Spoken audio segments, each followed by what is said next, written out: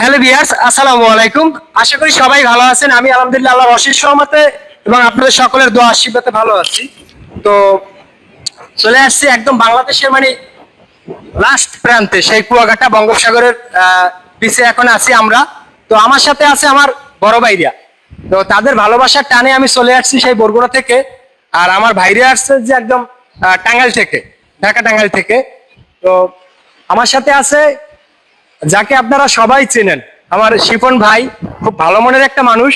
তারপর আমার সাথে আছে আমার রিপন ভাই, আমার আত্মার একটা ভাই, এবং আমার এই একটা বড় ভাই আছে সাইফুল ভাই, সোহেল ভাই।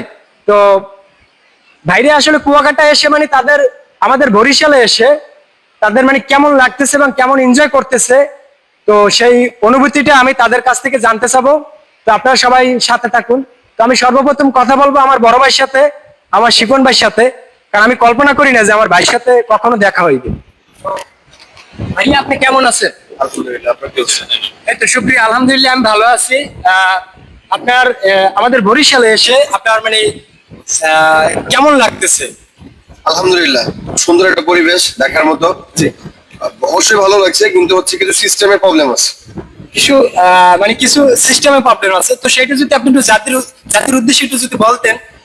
যে হচ্ছে একটা পর্যটক এলাকা, সেখানে যদি হচ্ছে যে খাবারের নিয়ে প্রবলেম অনেকই আছে। তো ওইখানে আচ্ছা, খাবার নিয়ে কি দাদা সিনকেট হয় নাকি খাবার মানে পরিবেশ খারাপ, কোনটা? প্রথমত হচ্ছে বাসি খাবার খাওয়ায়, দ্বিতীয়ত হচ্ছে যে খাবার বাচ্চারা যদি হচ্ছে দাম বলায়, তারপর হচ্ছে যখন বিল দিতে যায় তখন দাম বলে আরেকটা। যে বলে হচ্ছে যে বাচ্চা তো হচ্ছে, সে তো বোঝে না, সে বলে ফেলছে 20 টাকা ভর্তা 120 টাকা। তো প্রিয় দর্শক, আমরা আসলে এ থেকে মুক্তি চাই।